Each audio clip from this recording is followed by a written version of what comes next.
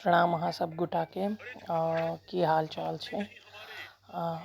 अखन तऽ गर्मी छुट्टी में देखियो जे बिहार से बिलोंग करै छथि सब बिहारे में अपन समय व्यतीत कर रहल छथि। तऽ ई देखियो ई बिहार के स्पेशल डिश अरकंच के पकौड़ा के सब्जी जे हम अहाँ सब संगे शेयर कर रहल छी। तऽ ई लोढ़ा बनबे के विधि तऽ हम शेयर कइए देने छी एहिसँ पहले। तऽ लोढ़ा के बाद के विधि छै, लोढ़ा जकरा रोल कहै छियै। तऽ ओकर बाद ओकरा कनी धूप लगा कऽ पीस पीस काटि दियौ। धूप सही होइ छै, सटि जाइ छै पात रोल खूजै नहि छै। तऽ ओ पीसेस के फेर ई जे बेसन के घोल तैयार केने छियै, बेसन चावल के आटा छलियै, नमक हल्दी मिर्च मसाला कनी गरम मसालो छलियै एक चुटकी, ओहिके घोलमे डिप करैत कनी सैलो फ्राई कनी हल्का हल्का तेल दऽ कऽ सैलो फ्राई कऽ देलियै।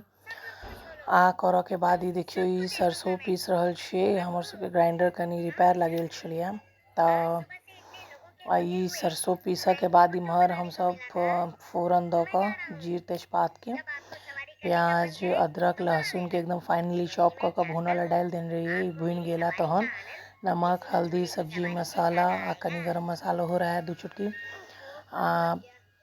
कनी अमचूर पाउडर से एहि मसाला जे भुनै छलै ओहिमे दऽ कऽ 2 मिनट करीब भूनि देबै।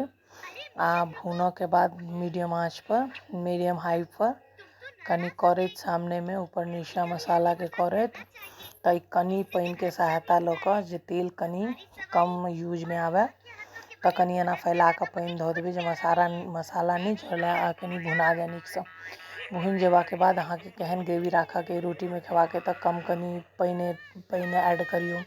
चावल में खाके हमसब चावल ला तैयार केने रहियै, तऽ हमसब 4 गोटा छलियै तऽ 5 सँ 5.5 बाउल करीब पानि एहिमे ऐड केलियै और 1 बॉयल आबि गेलै। तहन ई जे पकौड़ा तलि कऽ हमसब साइड रखने रही 1 बाय 1 कऽ कऽ एहिमे डिप कऽ देलियै। आब ओकरा 5 सँ 10 मिनट करीब मीडियम आँच पर अहाँ बॉयल होबऽ दियौ। जेना अहाँके अपने पता लागि जाइ छै कि हाँ ई पकौड़ा सब सीझ गेला। ओ कनी रहै छै बेसन के जे लपेटल रहै छै ने ओहिमे पात पर, ओकर सीझऽ के होइ छै कनी रोल। तऽ ओ अहाँ एक बेर हाथ से चेक कऽ लिअ, अगर भऽ गेल तऽ फेर गैस के फ्लेम ऑफ कऽ दियौ। धनिया पात के फाइनली धो कऽ काटि कऽ चॉप कऽ कऽ एहि पर स्प्रिंकल कऽ दियौ आ ई तैयार अइ सर्विंग लए। आफ्टर सर्विंग जखन हमसब सर्व करबै तऽ आधा नेबो ई सब्जी पर गाड़ि दियौ आ तहन अहाँ एकर स्वाद के लुत्फ उठाउ।